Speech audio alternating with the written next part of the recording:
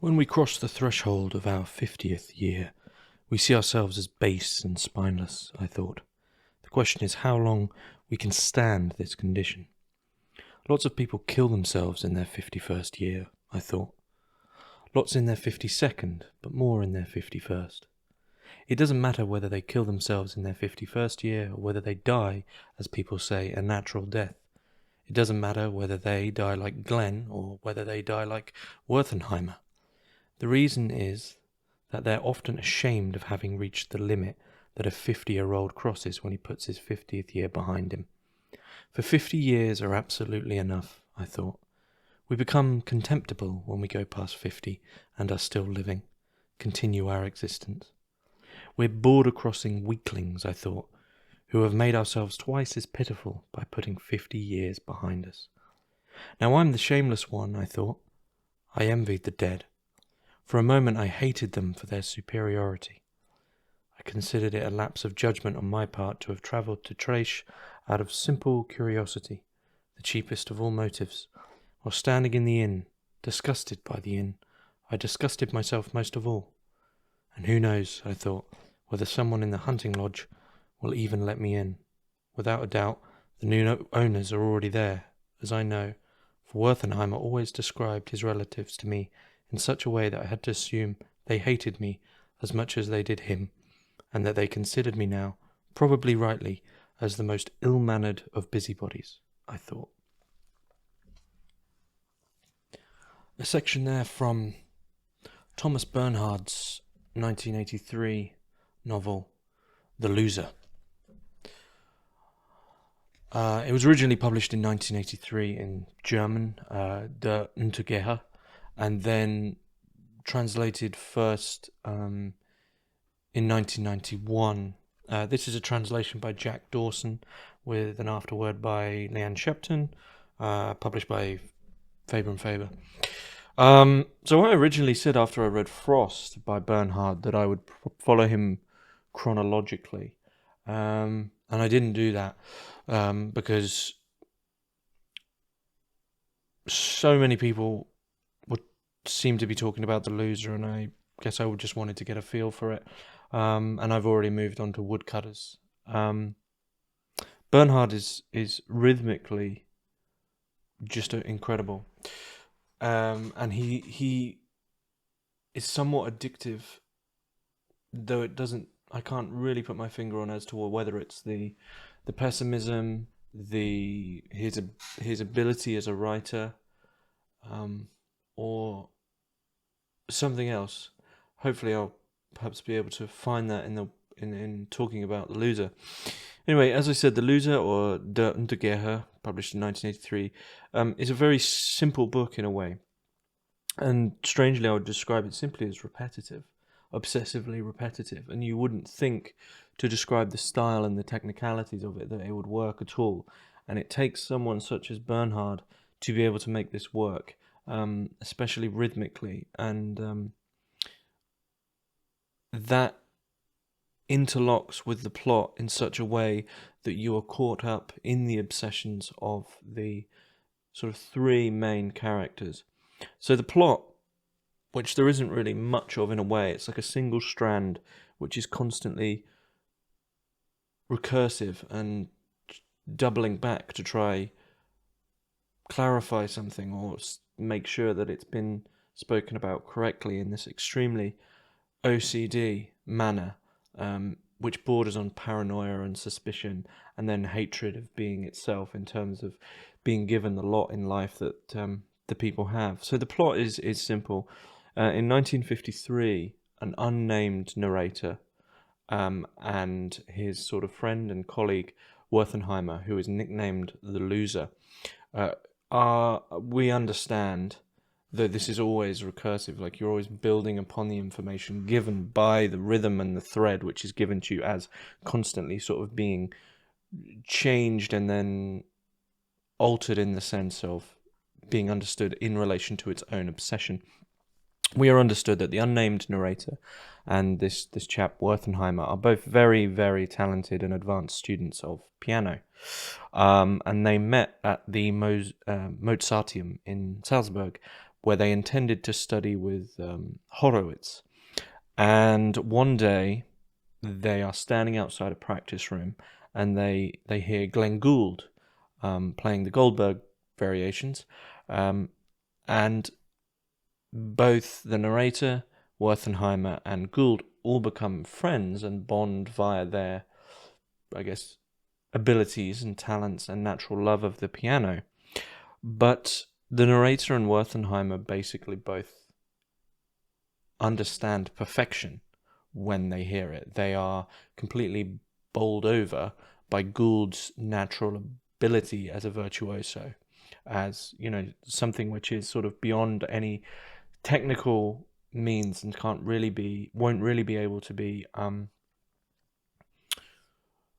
ascended to by their own ability. This is something else. This is quite literally artistic perfection, and they both know perfection when they hear it. And this, for both of them, there's a different sort of acceleration as to the acceptance of this fact, but they both eventually accept the fact that they've met perfection, and in terms of their own talents and abilities to become what also Gould is, their ambition to play the piano in any serious sense begins to die, because they basically both internalize and understand that they will never amount and never become that good, and that they will not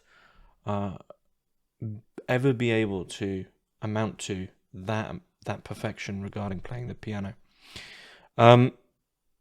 And even before the monologue that is The Loser begins, and I'll get to how it's written and the style soon, we learned that Wertheimer, because of this meeting with Gould, eventually does kill himself. He's committed suicide, and we really begin from the end, that Gould dies this natural death. I believe he dies at the piano from some sort of hemorrhage. Wertheimer kills himself because he can never amount to what Gould is, and the unnamed narrator undertakes study of, says he is, as he moves away from the piano and he sells his piano to some school child, or gives away his piano, which is a very expensive Steinway, which is almost like this strange third part of the book which constantly is recurring. He, instead of playing the piano, says, I'm going to tackle the big questions in life. Now, as in philosophy, but he doesn't really know what the big questions are, and he never really gets round to telling us what he even means by that.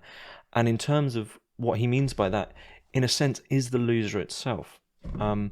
Because he just gets caught up in his own obsession with Gould, and the big questions for him is what happened, and why is it so tragic, basically. So the book, the entire plot, is the friendship between these three men, between the narrator, Wertheimer, and Gould, and basically how the narrator is not like Wertheimer in the sense that he didn't kill himself, and Wertheimer being nicknamed The Loser, and Gould's absolute sort of ability as complete artistic perfection in terms of his own obsession. And the afterword of the book, which I agree with in part, by Leanne Chapton, does state that, I mean, she reads this as a love story in terms of there isn't really, almost 4 sentences go by where we don't hear about, we don't see or read the name Glenn or Gould or Glenn Gould. And so there is this almost strange nostalgic reminiscence of like a teenager's diary with their first high school crush, in the sense that everything has to keep returning to Glenn Gould as some sort of idol and being fed through him in terms of how to understand any of this. Now, the text itself is written as a single monologue. So this edition is 169 pages, and it's a single paragraph straight through, one single monologue, often filled with complete repetition, sort of recursive repetition. We go over the same things over and over and over again, which sounds like it just wouldn't work, but it absolutely does, because each time you're given a new piece of information, which is usually given to you not in the sense of actual data, as in the sense of some new piece of data about what happened, but the rereading in the sense of the repetition. The new understanding is given by the narrator's continual emotional progression in terms of understanding how it happened and understanding Gould and Werthenheimer. So the events really are meeting Gould, Werthenheimer's suicide, and his sort of slow move away from the piano. Both Werthenheimer says he's going to study the natural sciences, and the unnamed narrator says, well, you know what, I'm going to go study the big questions. Neither of them ever get anywhere close to really clarifying what in the world they mean by either of these things. And in fact, it really does simply feel like what has happened is akin to, well, I'll get to that next, but I just want to state that, so the main events are meeting Gould, Werthenheimer being nicknamed the loser. Both of these people, Werthenheimer and the unnamed narrator, moving off in their respective directions. Werthenheimer with the natural sciences and the unnamed narrator with philosophy. And then there's also this completely giving away the Steinway piano. Now, it doesn't seem like it would be a big event, but the unnamed narrator giving away his Steinway to what is a practicing school child who I think is about 9, and he says they're not very talented, they're not going to appreciate this. And he constantly keeps referring back to the act of giving away this Steinway as almost an act of being a positive Philistine. Like, he's acknowledged that this is just ridiculous, and it's almost a sacrificial absurdity in terms of giving this Steinway away to a child and a school teacher who he considers really to be cretins in the sense that they have no talent. Now, going back to Werthenheimer and the unnamed narrator's respective paths, there is a sense of almost tragic, glitched out determinism, or fatalism, I should say, in the sense of, I think of the film The Assassination of Jesse James by the coward Robert Ford, in the sense that the plot of The Assassination of Jesse James is that right at the beginning of the film, we see Jesse James attempting to rob a train, and succeeding to rob a train. And there's a small moment where he almost gets shot, but someone else gets killed, if my memory serves me correctly. And in the sense that he isn't killed in this final train robbery of Jesse James, he is drawn out of what we could call the essence of his own fatalism. That is how Jesse James should have died, right? You should read about Jesse James. He should have died in some gunfight on a train in his early 30s, because that's Jesse James, right? He died sort of being Jesse James in his essence. And the film, interestingly, follows then what happens after someone hasn't died. So you're left with this person, Jesse James, in this film, which I'll try and relate back to why this is, for me, a good example of what's going on in The Loser. You're left following a character who's meandering around the world in a world which should have been bereft of them, but isn't, and so they don't fit. There's no longer any of these events which really, are like James-esque events. There's no longer any essence in the world which will carry forward Jesse James in the sense of who he is in terms of that title. And really, he's bereft of a timeline which will make any sense in terms of his own essence. And so we see a character who is removed from any environment or narration or plot which allows them to be anything at all. What we see with Werthenheimer and the unnamed narrator is, even though they're not sort of figures in the sense of Jesse James, they were certainly on a track to become virtuosos. Absolutely everything in an unquestioned sense was to do with becoming these extremely talented concert piano players. And the meeting with Gould, in a way, brings something in from the future which just completely severs their inherent understanding of the future they were meant to have.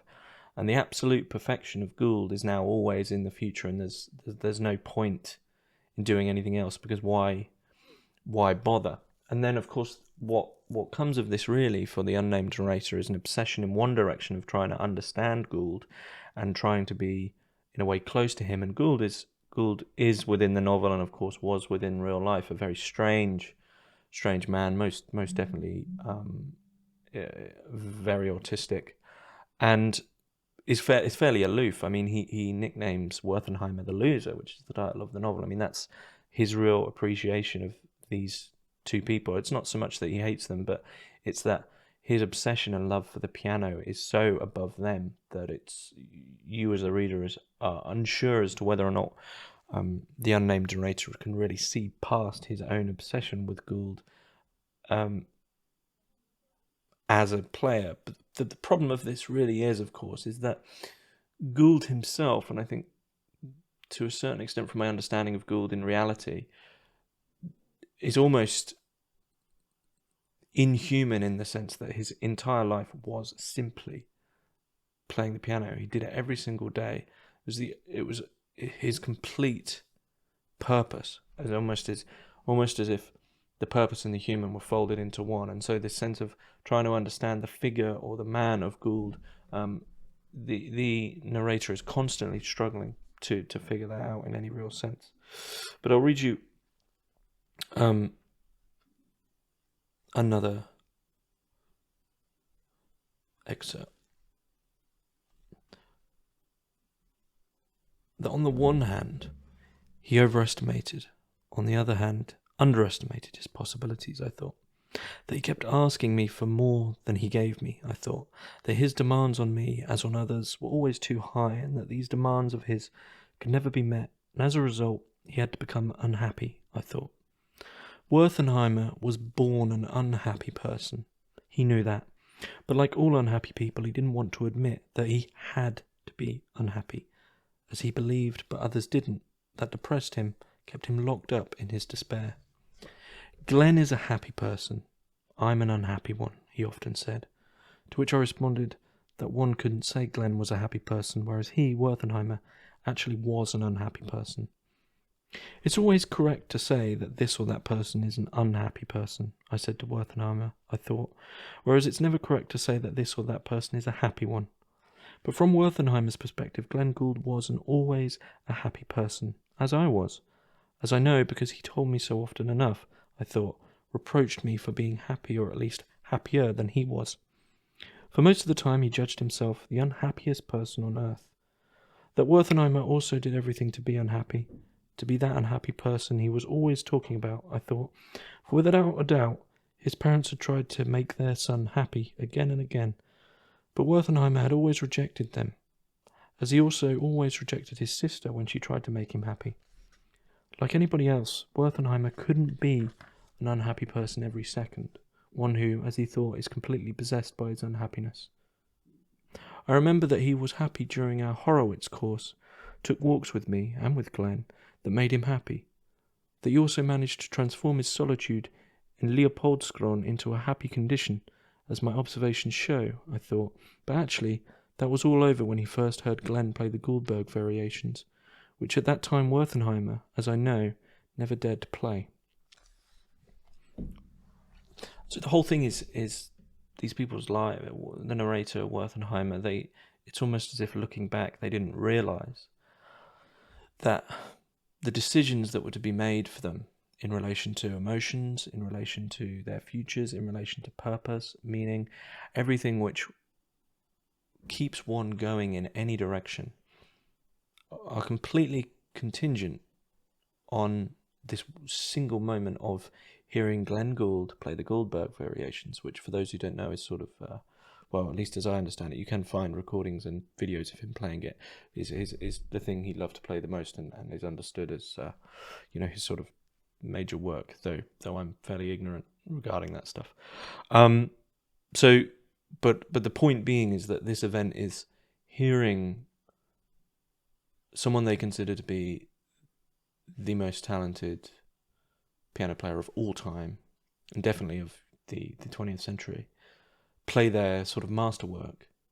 And so you're hearing the best of the best, basically. You're hearing something which is so beyond anything you'll ever be able to achieve, that in a single moment, not only is your purpose regarding the singular vocation of piano unraveled, but in that, every single other thing in terms of your own life is unravelled.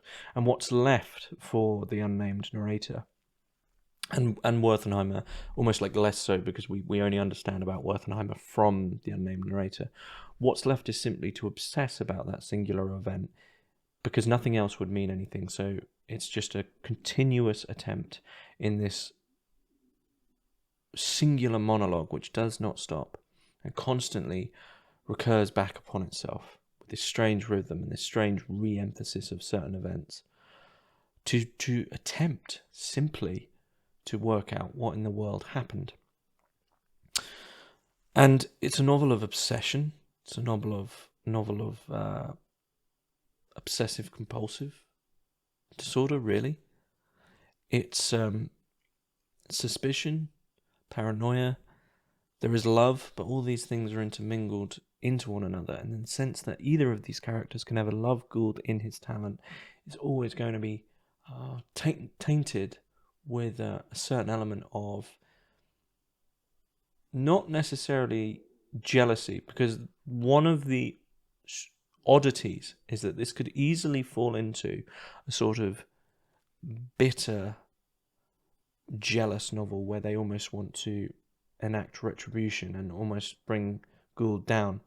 But the foundation of the whole discussion is such a pure and human external love and appreciation of music that they're never jealous of Gould, and they never hate him. There's never any hostility or vindictiveness. There is only this sense of obsession and of having to go do something else, because in the sense that you begin from the love of the piano, this is the absolute perfection of piano and of piano playing and of any rendition of especially Bach. And so the love of the piano which binds them ends up in this love of Gould, which you can't be jealous of, because he is bringing about the best of piano playing. But it leaves them with a completely dampened energy which has to go somewhere. And for Werthenheimer, it ultimately ends in suicide, because after Glenn's death, I think for him, with Glenn no longer being in the world, that beauty and that perfection is no longer around, and in why bother being in such a world in that way? He commits suicide shortly after Gould's natural death. Never once really adhering to anything to do with his studies of the natural sciences. And then for the unnamed narrator, purpose of his life is simply to go over and over and over that event again as the big question. The question maybe why did this have to happen? What does it mean to really enter into this sort of tragic existence where really your presupposed essence has been severed? You know, if it's almost a novel of a strange, very human free will or determinism in a way, in the sense that you were once given this deterministic future, and for however many years up until that point, that event where they met Gould, that was just happening, and you sort of knew in the back of your mind it was. But then to suddenly have that severed, and to know that to continue down that road is actually completely fruitless and pointless by your own estimations of that foundation of the love of music that you begin from. But there is no elsewhere. There never was meant to be a free will. And so any elsewhere, anything you do from that point on, seems absolutely fruitless and pointless. And so the only thing to really do is just to keep looking back at that event and seeing what it did, what happened, who was I before and who was I after.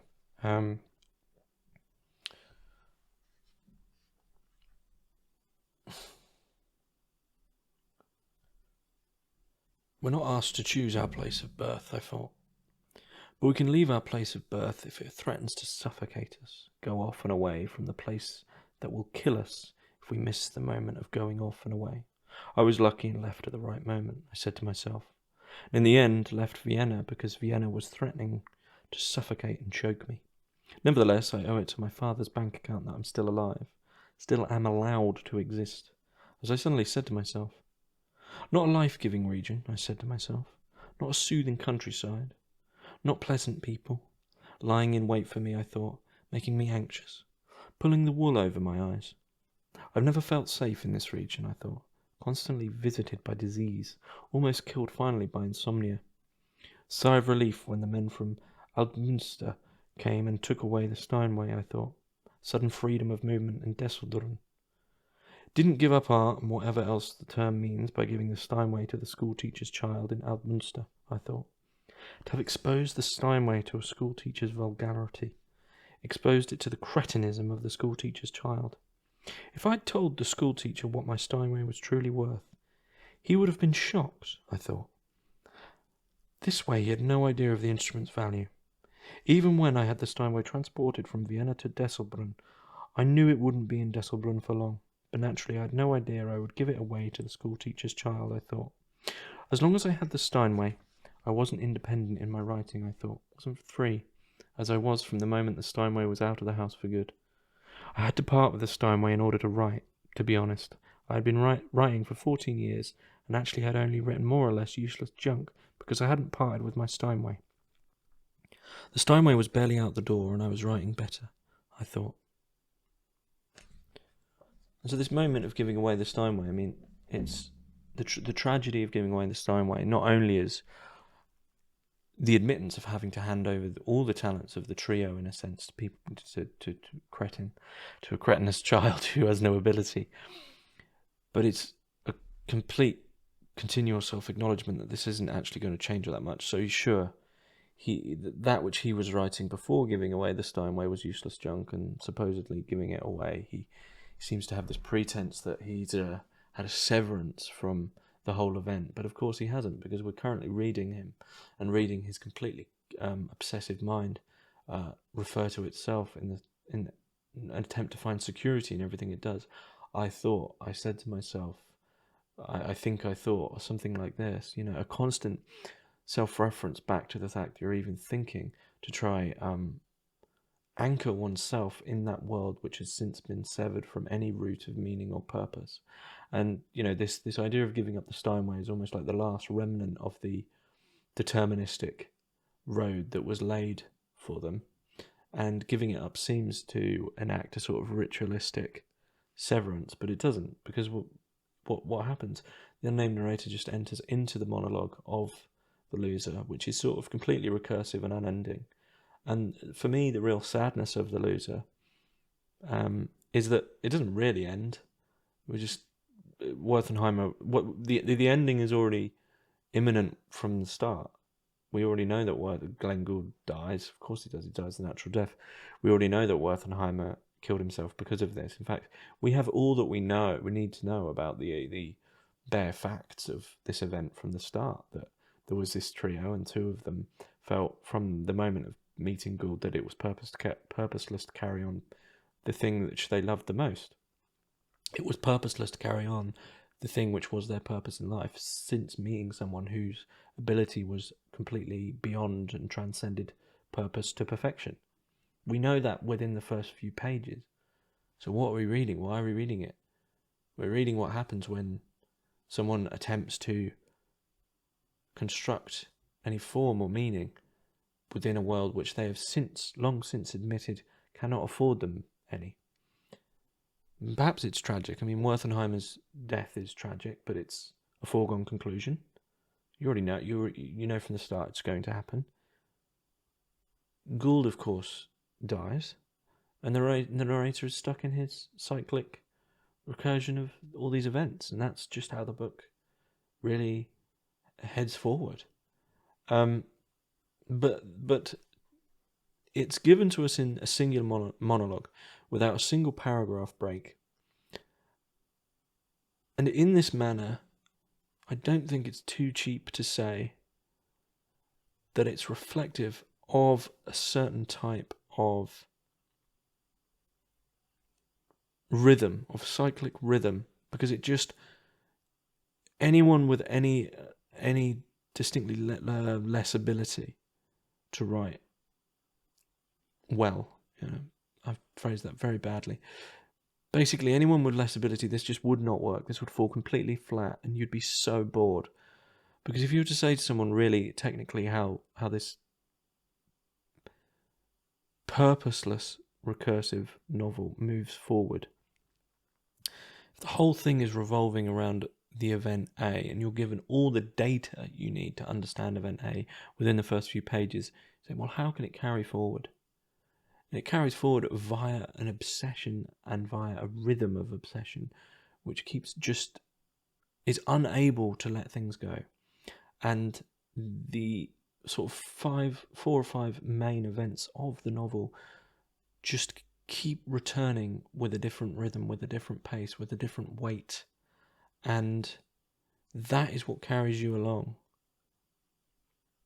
And it's Bernhard's technical ability, which is incredible. It couldn't work without his ability here. That carries you along. But it is funny. I have to emphasize that. It's very funny. It's very witty. It moves sometimes at a drastic pace, sometimes at quite a slow pace. It has a beautiful rhythm, as I've emphasized many times. It's a novel about obsession, about perfection, about purpose, and it is also about love. And Bernhard so far really is someone that one should be reading in early spring or winter. Certainly not summer. Not so far. He's definitely not a summer novelist. I would read this if you have a minor headache. I think you need a bit of background misery to really appreciate it. I was suffering a migraine when I was reading some of this, and it really added to the experience. Because I don't know, hit yourself in the shin with a steel bar or something to give yourself some ambient pain, just to continue through, in a way, what the characters have, well, the narrator and Werthenheimer are having to deal with is this sort of monotonous drone in the back of their lives that, well, I just have to deal with this now.